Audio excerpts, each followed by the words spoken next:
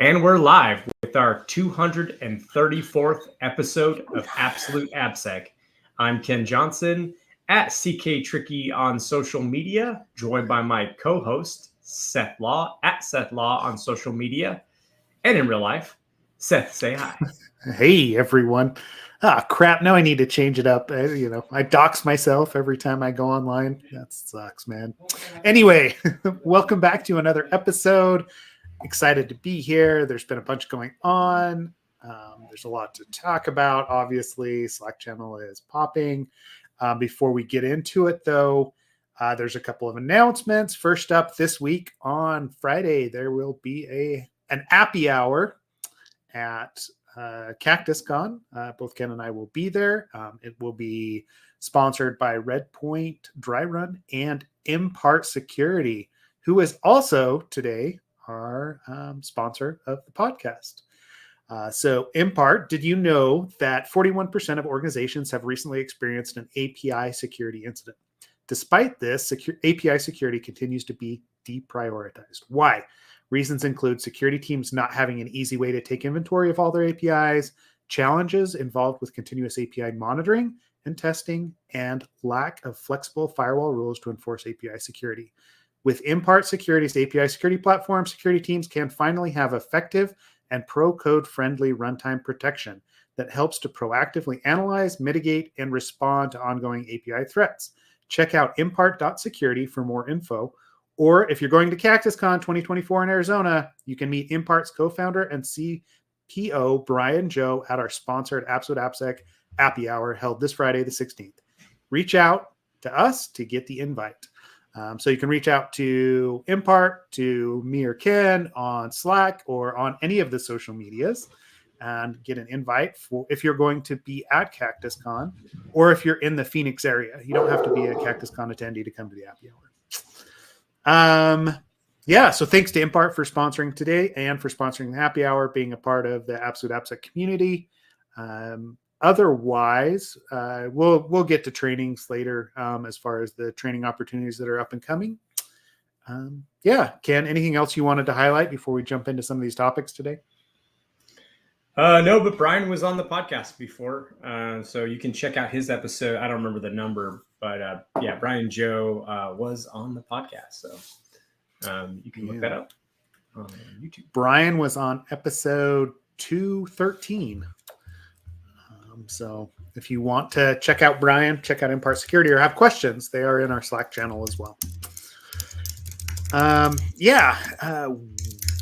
Let's see, where should we go from here? The first article today that I wanted to discuss, all things considered, was actually some analysis that Lares did on passwords. And it just came out a couple of days ago.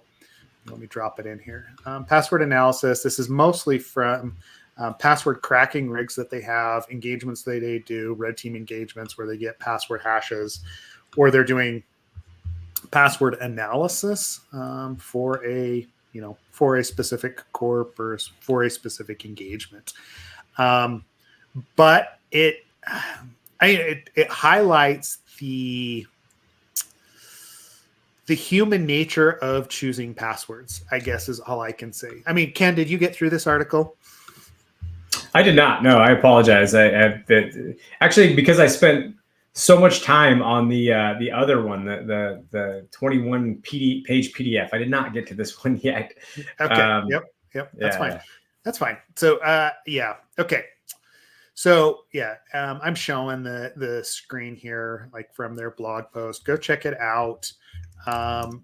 Right. The interesting thing here was their findings, right? Like this idea of password reuse, large number of repeat passwords. I don't think any of this is shocking to anyone that's in the industry, but it's interesting to see the numbers behind it, right? To see the actual like statistical analysis of like these NTLM hashes that they have obtained over the last couple of years, right? Because we're only talking 186,000 hashes.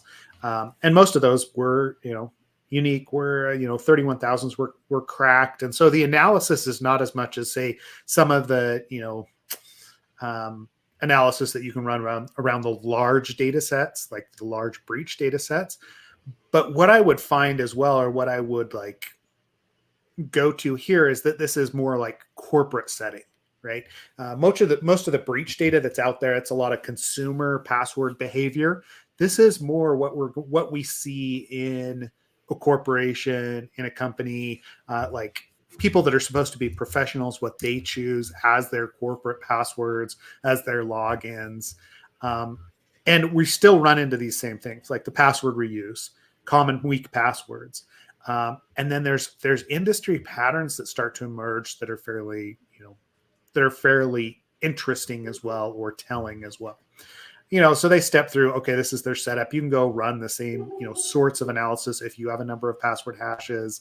Of course, right? Like summer, winter, spring, fall, autumn, okay, there's like, it's a statistically not insignificant amount that have the season attached with it, right? Like, so when did you last reset your password? We've always talked about this from a password, bad password policy perspective, especially when we're resetting passwords for people. Right? Average length, shortest, okay, AVR, obviously that's going to be correct really quickly. Medium password length, out of those 31,000 that were cracked. Top 10 passwords. I was trying to figure out where this 2Blue 2022 came from. I don't know if you have any indicators there, Ken. Some of those are fairly obvious, like your Purdy or, It's probably sports ball related, some team.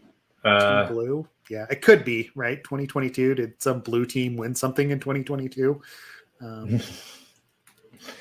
Yeah. 2Blue meaning. I'm looking it up now because that's how I know. I don't know. Doesn't have anything here. Okay, maybe it's because they were sad 2022. I don't know. Yeah. But I mean, I don't know if there's too much to say on this article. The one thing that I did find interesting as far as the patterns go, right? The industry patterns. You can peruse this, and we can talk about it in the Slack channel. Like interesting passwords, greater than, less than, green eggs and ham, right? Those are they're funny. Okay, this statement right here that's on the screen, right? Instances were noted where users with multiple accounts, especially those with privileged access, so your administrators, whatever else, right, reused passwords across different organizations, which means that they're carrying their poor password practices from organization to organization, and the same weak passwords. So like this all goes to credential stuffing, the breach password databases, those attacks that are going on. This is concerning to me from just from an overall like password security perspective and breach perspective. This ability or this behavior that we're seeing in trusted individuals. And I don't know if you've necessarily seen something like this or thought about it before, Ken. What are your feelings when it comes to that?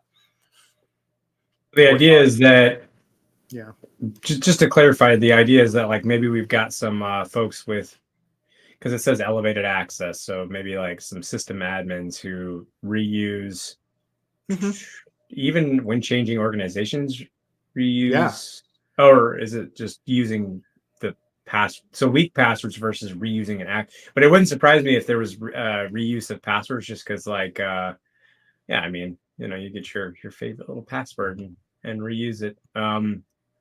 Recurring. Plus also like, actually I wonder if you don't use I'm gonna table that thought, because I would like to think that a system admin wouldn't use like the same fleet-wide default weak password for systems and then with the intent of changing them later. I don't know, it's just a random thought I had, but I'm gonna guess that's what it means, right? Like system admins, network admins, people with domain admins, whoever, people with elevated access, like carrying forward their bad password habits. But also the question for me too there is like, are these the same people setting the password standards on things? Yeah, they could be. I mean, we don't have a lot of info on who it actually is outside of, I mean, when they say administrators in this case, right, it's probably someone that has administrative access on the boxes, right? Like NTLM, like they're doing a dump of hashes on Windows systems, right? So they can see who is a Windows, like a domain administrator or a local admin on these boxes. And they're seeing a shared password like show up maybe with the same username on org1 and org2, right? Not necessarily that it was cracked. In some cases, it looks like it was, but not necessarily as cracked, but it's being reused, right? So, correct horse battery staple, right? Like you're taking the XKCD password, you used it at organization 1, you got a new job as a domain admin at org2, and you pop that in as your password because it's never been used there before and it hasn't been reset, right? So, I mean, part of me, I understand, right? Like, because it is human nature to do this. And like the use of password managers, especially for logins, right? Like, so Windows logins and like account logins is difficult because your password manager is not unlocked when you're logging into the system, like your main core system. And so I think that's where we run into it. And we're going to continue to run into this problem. I don't see it necessarily going away. Yeah. Anyway, I just thought it was interesting analysis. I don't think there's any like really, hardcore things we need to run into it or, need to talk about when it comes to it. But yeah, I don't know. No, any other thoughts? Yeah. They kind of just finish out with, the same thing we always say, which is like, yeah, use multi-factor auth. I did see on Twitter that yesterday somebody had written, gosh, I wish I'd actually saved this. Maybe it's under my liked tweets or something, but someone was actually, let's see here, maybe I can find it. Yeah, because someone wrote that they are continually surprised that people are surprised that you can, that MFA can be broken. And I can't find the tweet. If I do, I'll post it. But yeah, it's not under my likes. I don't know if maybe I retweeted it or. Oh, actually, you know what? Actually, what's better than that? I'm glad this actually, I'm going through these tweets because on the note of passwords, if you want a little comic relief, I forgot about this. So Andrew Wilson retweeted this, and Andrew Wilson is one of the folks responsible for CactusCon. Actually, his wife is the main organizer of CactusCon. In any case, he retweeted this tweet. It was about the Super Bowl, and let me put this into, and if I don't know if you want to pull it up on your screen, since I'll put the other one in Slack, or I'll put the link also in Slack if you want to pull this up and just share it on your screen, Seth, while I do that, because it's kind of funny if you want to zoom in on the image there. I've done no validation of any of this, but it does appear that it was they zoomed in on the command and control center of the Super Bowl, and like all good hilarious moments of when you do that, can you imagine what we're gonna see here? Go ahead and zoom in on that left side, that bottom left side. It's amazing. Yes. New password. Wi-Fi access. Yes. Welcome here. Great. That's amazing. Yes. Oh man. So for those that are listening and don't have the video up, what we're seeing is we see two people very concerned about some what looks like CCTV videos on browser tabs. But on the very left-hand bottom side of the screen, there's like their Wi-Fi SSID, their password, and all that. Obviously, whatever. It's more funny than anything else. But yeah, you got to take a moment to appreciate these things. Yes, I mean the interesting thing here is that this is their secret, first of its kind command center, but like the SSID is unique enough that you could probably go cruise Vegas and find where it was, at least like pinpoint where this command center actually was. Yeah, I mean, there's no various. That's actually true. Yeah. ops, man, sec ops is hard. And especially when you're broadcasting live across millions of people. Yeah, whatever. That's hilarious, man. That's good. Yeah, I hadn't seen that. Yeah. I stumbled upon just because Andrew retweeted that, and I was like, oh my God, that is actually genuinely funny. We haven't seen one of those in a while, Yeah. When was the last time? I think it was like when they showed was it when that whole oh no, what was it with Hawaii? Was it are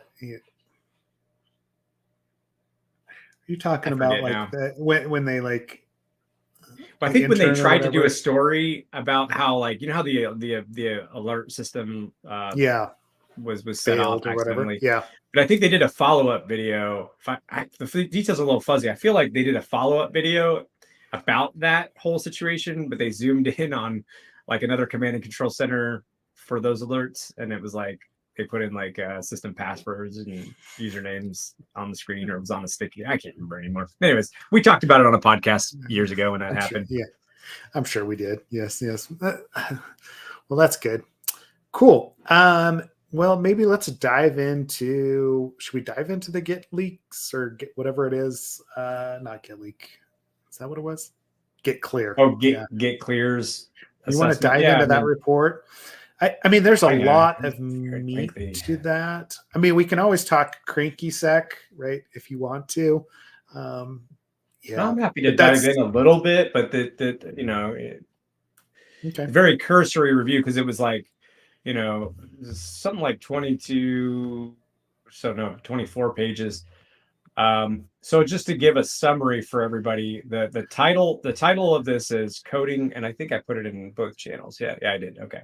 Well, actually, and before I do anything, let me just give credit to where this source came from. It was Juan from our Slack channel who actually posted this originally. And the title is Coding on Copilot. 2023 data shows downward pressure on code quality. Subtitle 150 million lines of analyzed code plus projections for 2024. So these folks have a lot of, GitClear has a lot of access to Git related data and code that's changing. They use that to sort of get a feel for, they show, I believe, the last sort of 4 years. Technically, I guess it's 5 years in a sense, because it's, well, the last 4 years, and then they give a projection for what they'll see by the end of 2024. So in 2020, some of the big numbers here is that I can't tell if this. So this is, some of this. Let me just preface all of these numbers with, it really takes a lot of time to like really dig into these numbers to see how to interpret them, right? In the sense that, it's that whole thing we were just talking about, how like correlation doesn't equate to causation. So just because we see some code changing and we see copy and paste, or we see a lot of churn or whatever, it's not necessarily a symptom of one thing, right? Like the causation of, in this case, being Copilot, Copilot. So I don't know. I just want to give that like preface there. So going through here, I think one of the big numbers that had stood out to me is that they expected code churn was something around the percentage of like 3% in 2020. And then I thought I'd read, I'm trying to find it, that they projected at 7%, like doubling in 2024. I've got it up on the screen, that chart. Oh, thank you. See, look how easy you make life. Yes. No. Right. So churn being changes to existing code. Right. They track things like modifications, deletions, code that's just been copy and pasted, and then they also track essentially code that has been added within a short period of time and then also removed. Right. So these are kind of the metrics they're basing this off of. If I had to distill a lot of their analysis down, I'd say that the idea or their projection, as I'm interpreting it, is that, if Copilot is writing the code for you, and that code is then removed pretty shortly after being added, and there's lots of changes occurring, that perhaps that code wasn't the best code to have introduced in the first place. So the idea is that potentially Copilot's providing inaccurate answers, maybe code that shouldn't have been written in the first place. I think, man, there's a lot of assertions made, and it's really hard to break all this down, one by one. But that is, in a nutshell, I think, if I was to distill it down, that's kind of what's going on here in the report. They're looking at how many changes are occurring. Does that affect? How does that impact code quality, and why might that be? And in this case, they believe it has to do with Copilot. And the last thing is, they make some assertions about, they said something about junior development. Yeah. So inexperienced developers continue to be offered, this is their words, inexperienced developers continue to be offered implicit copy-paste suggestions via the tab key. The fix for this situation won't be easy. It's beholden on engineering leaders to monitor incoming data and consider its implications for future product maintenance. Developer analytical tools, including GitClear, can help detect the rate at which problematic code is being seeded, specific questions to evaluate. Ironically, what I assume is going to end up happening, and not assume is going to happen, what I'm already seeing happen, right, is one part is AI saying, here's some code that you could write. That getting into some level of production or into, the deploy branch, right? And then when that goes up for review, or sorry, before it gets into the deploy branch, as it's being submitted for review, other AI tools are then coming back and giving their thoughts on your code quality and what you could do to improve, and summarizing what's changing in the PR for those senior engineers who would be reviewing, by the way. So it is kind of a funny spy versus spy kind of thing, right? Where we're using AI to give the code suggestions, and then AI to also detect whether or not AI is, yeah, at the very least, help inform and give engineers who might be giving that manual code review see some heads up on what to evaluate. Anyways, that's a lot of me talking, so I'm just pause right there. Hopefully it was an okay breakdown, and just ask you, Seth, what your thoughts are. Yeah, I mean, my big concern is like, it's easy to see that churn is, like increasing, like based on the numbers that they're like, they're dropping in there. Whether or not that's related to Copilot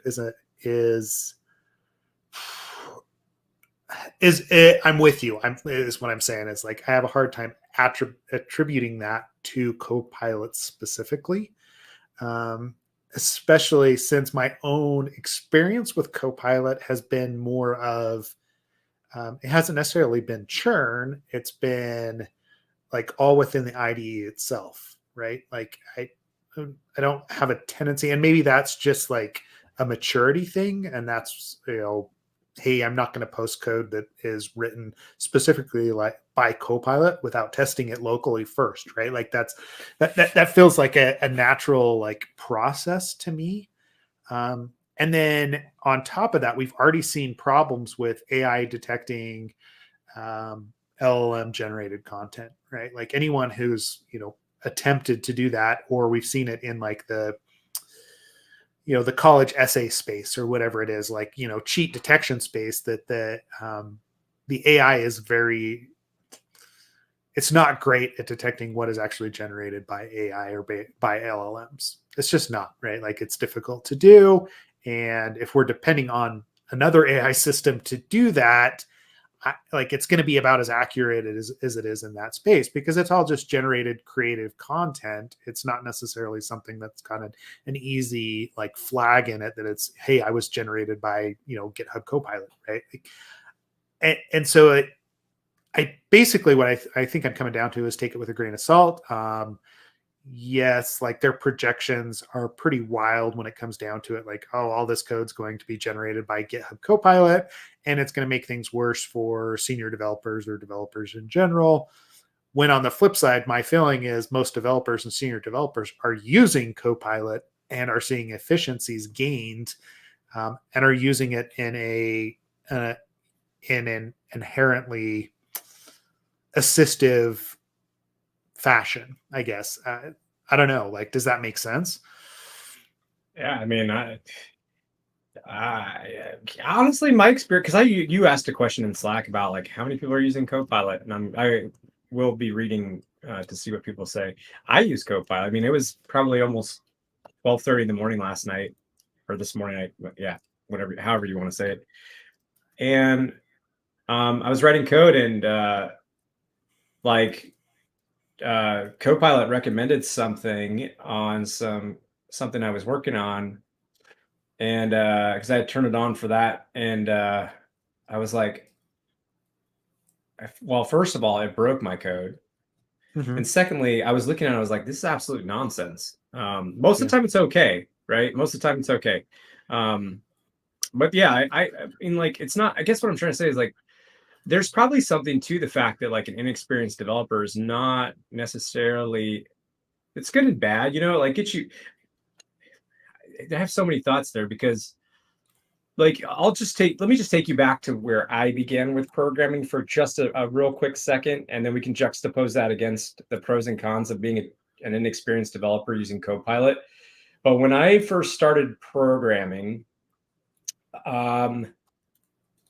like more seriously, like actually trying to build something useful, I started with, God, what language? I want to say Ruby was the first one I tried to do like I mean, I think maybe Java, but really Ruby, where I enjoyed it, and I was like working on a larger project. And that was the moment at which, I realized, oh my God, like this is actually incredibly hard, right? You have to fight through the ecosystem package stuff. Like once you even get your system set up to run that code, and I know that's symptom of Ruby or whatever, but it was the same way for a lot of things back then. I mean, it wasn't like, I mean, that was a long time ago. We're talking 2007, I'm thinking, or 2006, something like, no, it was 2006 or something. Anyways, so anyways, not a great ecosystem, but also like in terms of what was available to you, everybody craps on Stack Overflow, but even back then it was like you kind of relied on these janky forums that you would maybe stumble upon and then maybe get some answers from, and it would take a long time, and you just kind of were like, it was up to people's like goodwill. And so, in the beginning, I got stuck on some pretty basic stuff, frankly, right? I mean, it's stuff that I look back now and I'd be like, oh, wow, how'd you get stuck on that? But, back in the day, I mean, like I didn't, the concepts of object-oriented programming were a little bit unfamiliar in a lot of ways in the beginning. How does an object retain state or change state between, being declared outside of a loop versus inside of a loop, like very basic things, right? And so anyways, I'm saying all this because like I could get stuck on a very simple problem for like a day or two back then and just wait for somebody to help or figure it out myself, maybe before someone responds, but that's the state of it. So now let me fast forward to today's world. So you're a junior developer, you're starting to write some code. It guesses pretty much what you want, and boom, you have like we'll go with my example. You have an object instantiated outside of the maybe a for loop or an iteration loop. Maybe you make some changes to that object inside of the loop, and then it's used, and then once the loop's completed outside of it, and all that's done pretty much for you. You can see how it's supposed to go. It's almost like you're learning a little bit from, if you're brand new to coding anyways, you're kind of learning a little bit, I think. Does that mean that you're, and of course, if you're writing code at that level, you're probably not writing like high level production code. I get that. I understand that, but we got to start somewhere. And I don't think it's a horrible idea for people who are very, very, very, very green to get some level of, hey, like this is how you could do this. You could also just go to, Perplexity Labs or OpenAI / ChatGPT. You could go to any, Deep Infra has different LLMs you can use for free that are like not OpenAI. And you can play around and get some questions answered really easily there too. I think the world is in a very different state. What I would say though is like, if you're hiring someone who's so inexperienced though that they're using Copilot to train themselves, and you're not doing a lot of pairing with them, you're not doing a lot of check-ins, you're not really scrutinizing their code and helping them become the developer that they can be, and you're just relying on Copilot, yeah, of course you're going to have a lot of issues. I mean, that's just common sense. I don't think anybody with a brain would be with a functioning brain would be like too surprised by that. So I don't know, man. I don't know what the outcome of all this rambling is. I just think like it's not a bad tool if you're brand new to the thing. It's not a bad tool if you're pretty well versed with programming, because you'll be able to say like, that's not right. So, I don't know. It's just, I think there's a lot of, what I do think is there's a lot of psychology to the use and the proper, well, I don't even know proper use, but the usage of LLMs, the right times to use them. I think there will be a lot of behavioral studies that come out over time that enlighten us on whether or not it's had, or what. I don't think it's black and white, positive or negative. I think it's just pros and cons. And anyways, I have rambled a lot, so I'll shut up now. No, I mean, I think you're making good points in there, right? Like I kind of go back. So the block that I've got up here, like more copy pasted code implies future headaches. I'm like, is it really more, right? Like, junior devs used to just go to Stack Overflow to pull this same stuff, right? And if anything, it's probably more appropriate coming from Copilot than it was from Stack Overflow. At least like some of the the things that they would normally get stuck on, maybe to get past that quicker, it will create future headaches. But if you're that concerned, right, like at some point you are giving that junior dev access to Copilot, right? Like it's part of your GitHub subscription, whatever it is. If you're that concerned, maybe you should be overlaying your own security requirements, your own like coding requirements on top of what Copilot would recommend, right? Like, use the tool to enhance what the junior developers are actually getting, as opposed to complaining and then like bemoaning the fact that they are using something to improve their lives, right? Like the junior devs that dive in and are going to be starting to use tools like Copilot, those are the ones that you want in the future, right? Like you always want the guy that's going to automate himself out of a job, because he's going to figure out the most efficient way to actually create that code to make you more efficient, like all those sorts of things. And so I don't know if it's going to lead to more future headaches, right? Like we're always going to have headaches when it comes to coding. Like AI is not going to change that. It hasn't changed that. So yeah, like I don't know. But we will have more code. We probably will have more code. That's the one takeaway I did kind of like really agree with, is that I do think there will be more code out there just in the wild, which is, I tell my son this because he's, my son's 11. This, obviously. I'm just telling everybody else. And I tell him all the time, like, I really do believe that programming isn't like something that, technical people or software engineers or hackers, whoever, should learn. I do believe that it's the language of the future. Being proficient in programming is, to me, going to become a very I've never felt like it's that special. I'm going to be honest with you. I think good programming is special. When you build things that are just very, very cool and like run really well and do something unique, yeah, that's special.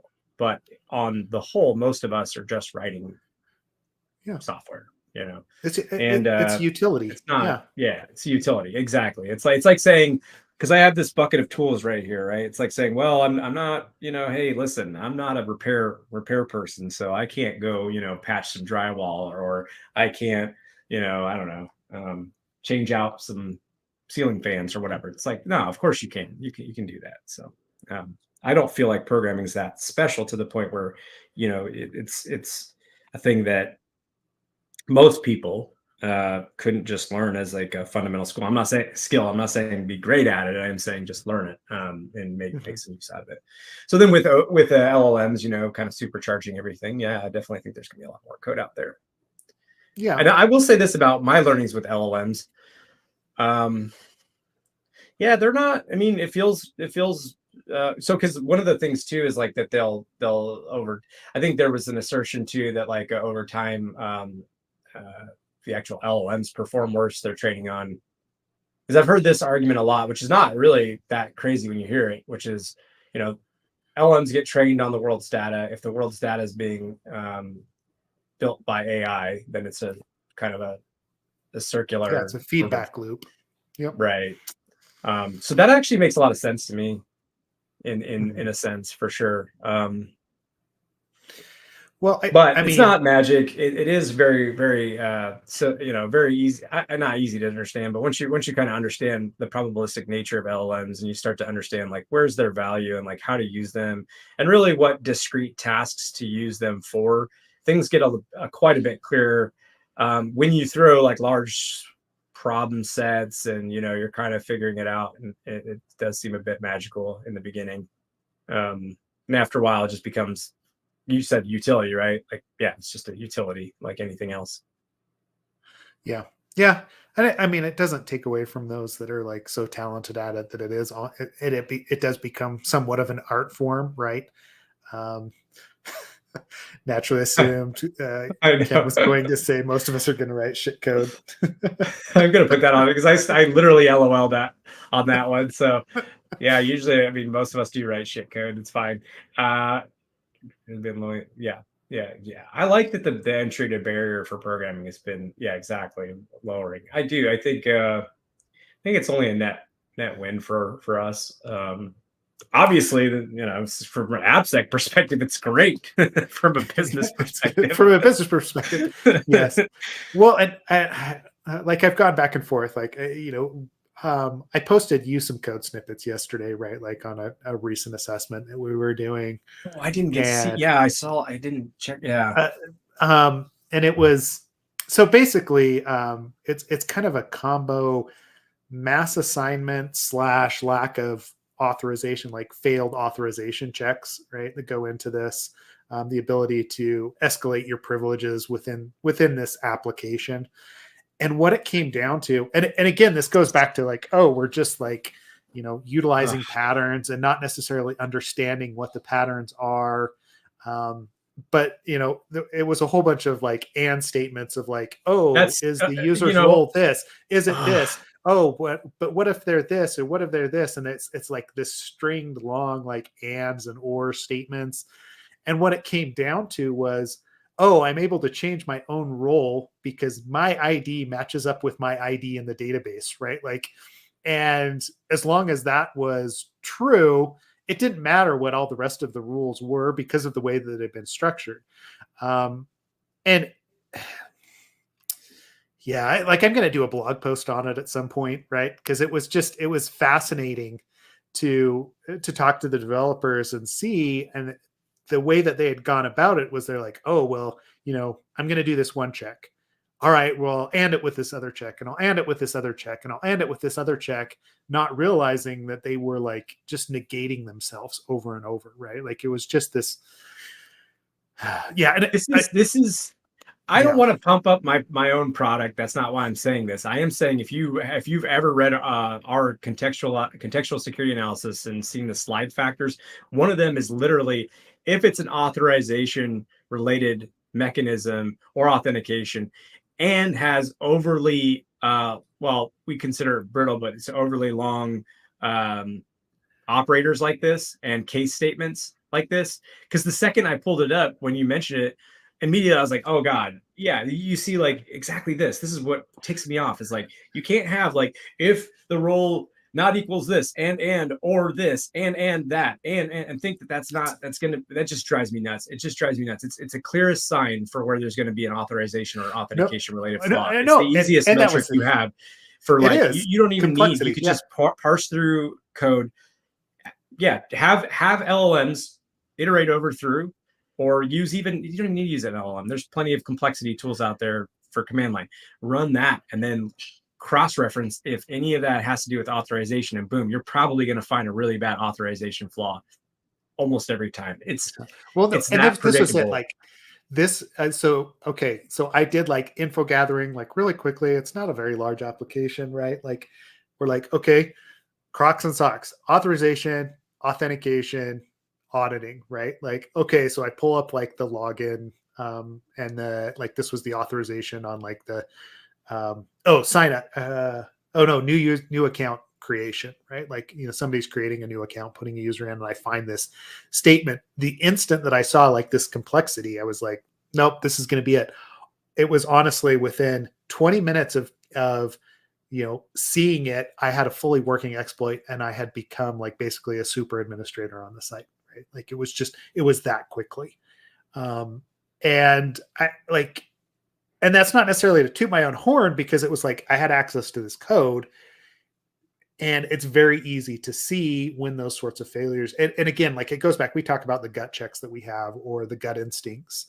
The second that we see that complexity, and that's what we're trying to build into the LLMs, right? Is that, or into the AI, is as soon as we see that complexity, man, I go straight with you, right? Like, it's going to be an issue. And in this case, it was, right? Like, I didn't have to try all that hard to do basically my job because of it. And granted, like, we're going to improve things. I'm already working with the developers. We're talking about it. But the fact that it only took, and the other guys on our team, right? Like, they can attest to it. Like, it was only, half an hour between discovery to fully exploited, right? Dude, I mean, reading that, I'm just like, never build an authorization function looks like that. And I'm not trying to like, I mean, that's just, I wish we could, we'll have to sanitize this and put it in the course. Because the example is great, right? Like, sanitized version on the podcast, because like people can't understand why we're sitting here like, ew, this looks like vomit. Like, you can't have a bunch of, just imagine, a lot of ifs, ands, but also doing this on one line, right? Yeah. If you have this many evaluating operators on one line, you are bound, I mean, almost guaranteed to have a flaw somewhere, because somebody, if not at the moment that you write it, 100% later when someone goes to change it and doesn't understand like the or the and, or the not equals, or the whatever here is going to have a major impact on whether or not it works. So, man, wow, just it was super fun. Bad all around. Because I went back to my computer science days, because I was like, crap, like, I don't understand what all these ands and ors are doing in this statement. And so I was actually building out like one of the logical and or gates to try and figure out why it was working, right? Like, why the exploit was actually there, because they went and they threw, of course, like the first pass, and I think I shared that with you too, but the first pass of the developers to mitigate it was just to add another statement to the list, right? Like, of 5 or 6 different ands that were all being cross-referenced together. And of course it didn't fix it, because of again, they didn't understand what it was either, right? Like, it's so, you make things too complex and you always leave the edge cases, right? And we live in the edge cases when we're trying to do exploitation. So that's where these sites get exploited. That's where stuff gets exposed. It's the more complex that we make it, and it's difficult to understand. Yes. Yeah, it's very tough. It's very tough to, even as a reviewer, even make heads or tails of these things. You're like, what is it even doing? And actually, I remember, I've told the story, I think, on the podcast before, but I remember at GitHub, we had this weird logical flaw, and Jason White and I sat down looking at it, and we were just like, now, mind you, we had to parse through various abstractions, so it's not like, we just had one, but we were like, when we got down to what we knew should be the issue, we're like, we cannot figure out what's going on here. And Jason had the idea, which is very basic and very smart at the same time. Sometimes the best solutions are the basic ones. He goes, let's just, because it was a very, I mean, dude, if I had to print it out, it'd be like this long of a logical check for an authorization thing. So he's like, well, let's just hit enter on each operator and just split it multi-line. So visually this can actually make some level of sense. We did that. And the second we did that, we realized, oh my God, like, it was very clear. They did all these checks, and at the end they put like, or if this thing's missing, then just ignore it all or something like that. It was, or it was like if we hadn't provided a parameter or I'm making stuff up, then that object wouldn't exist or would be nil or something like that. And so everything else that came before it was completely, void and invalid. And it wasn't until we like visually broke that up as human beings that we could understand what exactly was going on wrong. And just a lesson that I carry with me to this day about overly complex case operators and overly long evaluations like that especially on single lines. Yeah. I mean, honestly, like if you have to put like multi-line comments in front of an authorization check to explain what's going on, it's probably too complex. Right. I just, in general, like if you can't understand what the check actually does within the context of the code itself, like not only are you like not doing descriptive coding, but it's probably got an edge case in there that somebody can bypass. So, Yep. Fun days. Yes. Cool. All right. Well, we got a couple minutes left. Yeah.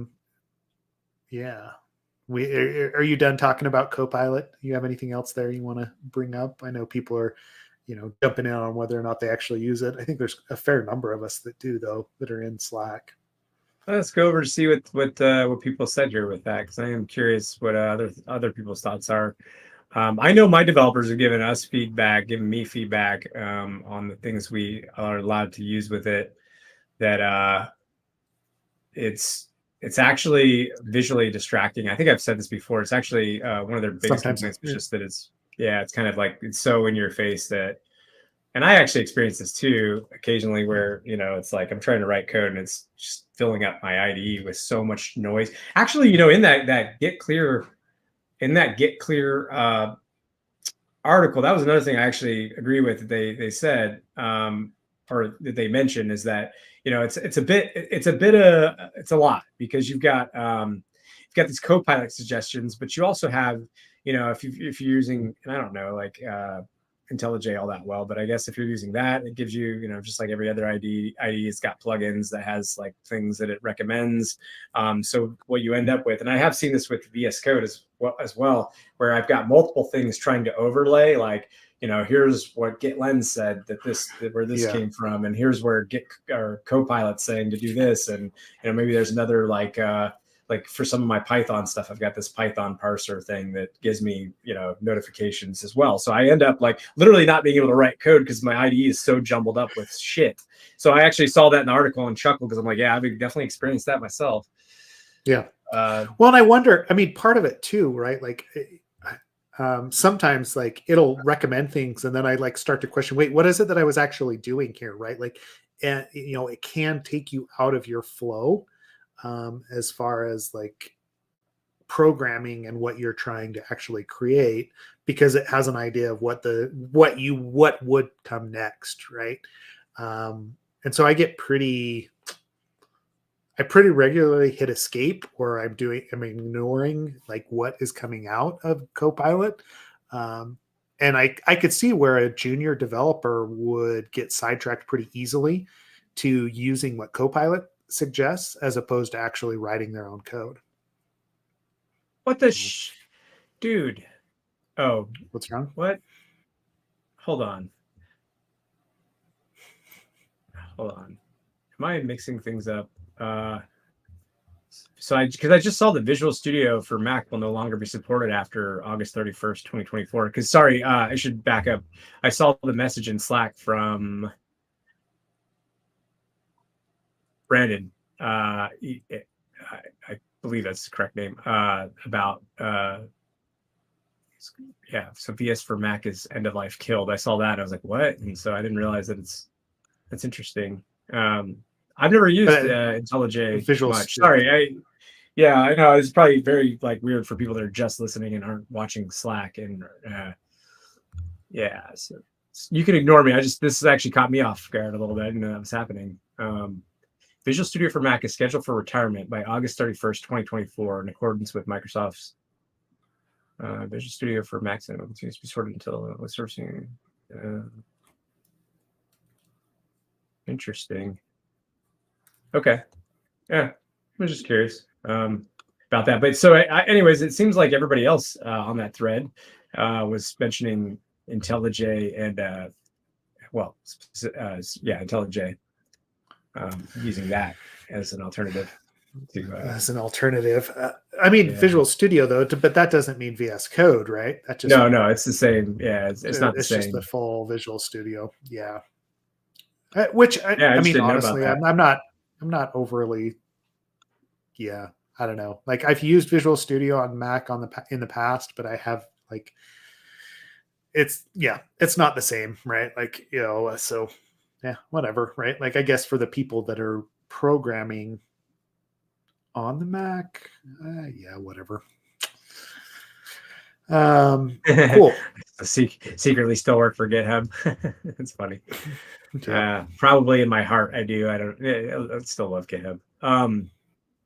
But yeah, so this is interesting. I didn't realize. So yeah, Copilot with RubyMine, Copilot with NeoVim plugin. Yeah, and I didn't see this Linus Torvalds Yeah, I'm gonna have to video go either watch it. about. It's Yeah, only, I mean, it's only 5 minutes, but we'll have to go watch it and then comment on it because it'd be interesting to see what his take is. Let me put the link in on our YouTube chat so that people can. It's already in Slack, but actually, you know what? Yeah. Just so that it's there. Highlight it. That's from Eli there in Slack. He dropped it into the discussion on whether we're using it, right? Whether we're using Right. Copilot. Sweet. Yeah, I just or it's gonna paste here in a second. Yeah, so that's interesting. Yeah, I'd definitely like to see what his thoughts are. I mean, obviously Linus is usually pretty polarizing in any opinion that he has. So we'll see how it goes. That's the nicest way I could say that. Sweet. Yeah, I mean, I know we had different articles today. I think we're going to wrap it up here though shortly. Jump in and have some comments. There are a couple of things that Ken and I were bringing up as future topics. One of them is use of Daniel Miessler's Fabric AI tool, like that has a bunch of prompts that are pre-created for different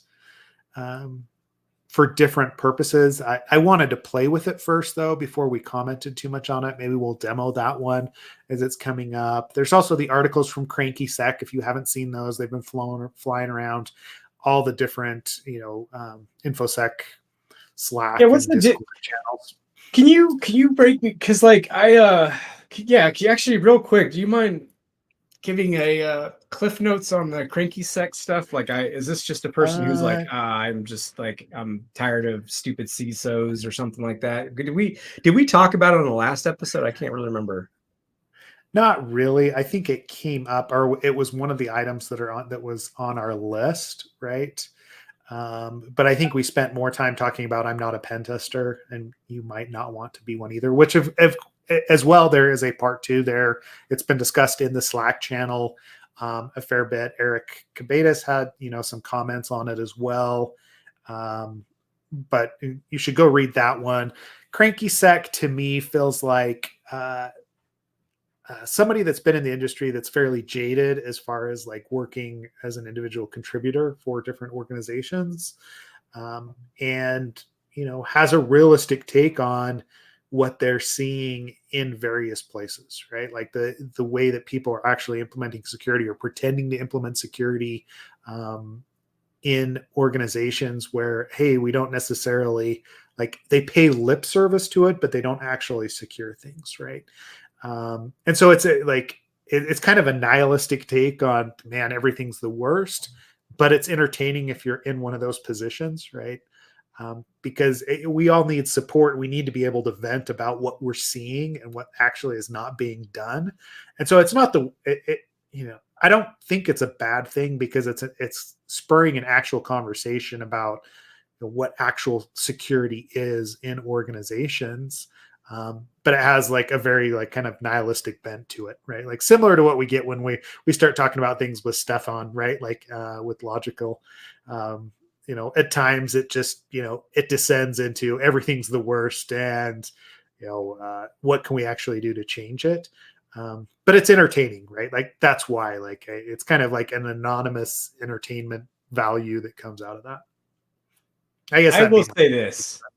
Yes. I want to preface this with, I love red teamers. I managed some at GitHub, although they really just manage themselves. I'll be honest. They're really good at what they do. But they are some of the crankiest mofos I've ever met in my life. They seriously are. And I think I understand why, after like, being a manager over a team like that, which is, they give a lot of good recommendations and actually uncover some really scary stuff. And then they hand those things over to teams and to developers and, engineering leaders and what have you. And oftentimes they have to, it's almost like, how do I say it? It's like you coming in as like a highly skilled trade person. You give an estimate and quote for what needs to be done. And you tell somebody, hey, by the way, if I don't fix that beam, your house is going to collapse on you. So, just letting you know, like, you paid me money to come here and do an evaluation, and I'm telling you that's what's going to happen. And then being like, I don't really agree with you. And you're like, oh, okay, what's your trade person background skill set? And they're like, well, no, I don't do that, but like, I don't agree with you. You know what I mean? Like, that would get very frustrating very quickly for me. So I do get that. I also get that, things get deprioritized when they really shouldn't be. I just feel like they have to advocate a lot for the things they do, which is, and it wasn't like at GitHub, that was actually a better culture, I think, for them. But I guess what I'm trying to say is, when you see how bad things structurally are, when you see all the corner cases of how dangerous, like how badly things could go, doesn't mean they ever will go that way, but how they, could go. And then you get a lot of like, well, I don't know if I agree with that, or like, you're gonna really need to like explain that in a better way, or, how do we get this like, or hey, by the way, this stuff, sure, it's backlogged, we agree with you, we've gotten to that point, we're all on the same page, but hey, by the way, we're releasing a new feature very similar to the thing that was bad before, with all the same stuff. And it's like, and the same people who created the last problems are also working on this new thing. So could you go ahead and just hop on those calls and figure it out and make sure it's good to ship? Yeah. It's like, yeah, I get why that's pretty frustrating. I'd be pretty damn cranky. So anyways, that's my way of saying, like, I love you, red teamers. You're great. Hang in there. But y'all need to like take more vacations or something, because you get really pissed off really easily. Well, I mean, one of the posts that whoever it is, like Cranky said, Sec actually put together was like, we also suck, right? Like, which is, turning it on themselves as far as, right, like, hey, like, as an industry, like, we don't know how to measure risk. We don't do that well. Like, there's all sorts of things that, yes, we pointed out, like, and we're complaining about the CISOs on this level, but we also aren't giving them data that they actually need. And so it's a good, like, poking fun at, the industry as a whole, but also ourselves. I mean, it's entertaining, right? And the Discord has taken off apparently as well.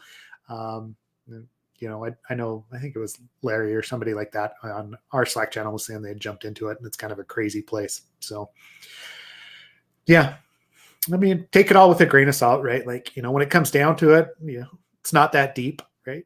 It's it's not that deep. It's meant to be entertaining. So yeah.